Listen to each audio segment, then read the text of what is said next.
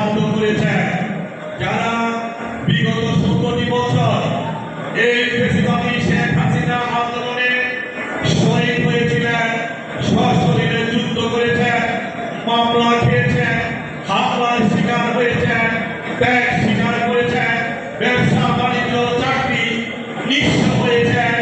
ওই সব থেকে নেতৃবৃন্দদেরকে আগামী দিনে রূপগঞ্জ থানা কমিটিতে মূল্যায়ন করা হবে। কোন হাইব্রিড, কোন আওয়ামী লীগের দখলকে আগামী দিনে এই রূপগঞ্জ থানা স্বেচ্ছাসেবক দলের কমিটিতে স্থান দেওয়া হবে না, হবে না। আমি বলতে চাই, ত্যাগ স্বীকার করেছেন আপনারা, ক্ষতিগ্রস্ত হয়েছেন আপনারা, নির্যাতিত হয়েছেন আপনারা। ইনশাআল্লাহ এই নেতৃবৃন্দদের উপস্থিতিতে বলতে চাই, আমরা জাতীয়তাবাদী স্বেচ্ছাসেবক দল নারায়ণগঞ্জ জেলার নেতৃবৃন্দ কেন্দ্রের নির্দেশনা মোতাবেক যারা এই ত্যাগ স্বীকার করে এই দলটিকে ধরে রেখেছেন, এই দল ছেড়ে পালিয়ে যান নাই, তারাই শুধু আগামী দিনে রূপগঞ্জ থানা স্বেচ্ছাসেবকের কর্ণধার হবে ইনশাআল্লাহ।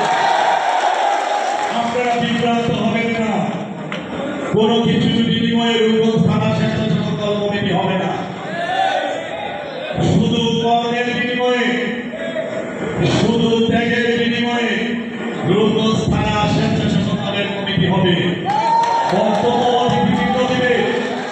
আপনারা জানেন, জাগদল থেকে বিএনপি প্রতিষ্ঠা হওয়ার পর থেকে অদ্যাবধি পর্যন্ত নারায়ণগঞ্জ জেলা বিএনপির নেতৃত্ব দিয়েছে এই রূপগঞ্জ থেকে আমাদের মরহুম আলহাজ আব্দুল মতিন চৌধুরী সাহেব থেকে শুরু করে সমস্ত নেতৃবৃন্দ এখন পর্যন্ত নেতৃত্ব দিয়ে যাচ্ছেন এই রূপগঞ্জ থানা বিএনপির নেতৃবৃন্দ, রূপগঞ্জের কৃতি সন্তানরা।